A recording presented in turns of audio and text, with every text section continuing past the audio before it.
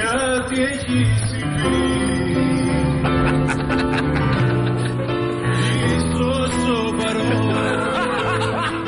Θα το ψάξουμε το πράγμα, μα το πόρισμα θα είναι αρνητικό. Κάτι έχει συμβεί. Όλοι μαζί.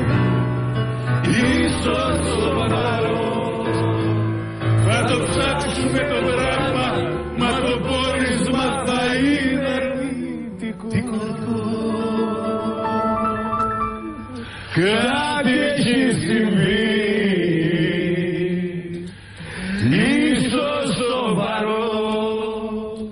Θα το ψάξουμε το πράγμα, μα το πόρισμα θα είναι αρνητικό.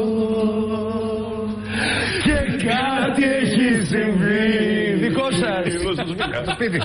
Ίσως σοβαρό. Θα το ψάξουμε το πράγμα, μα το πόρισμα θα είναι αρνητικό.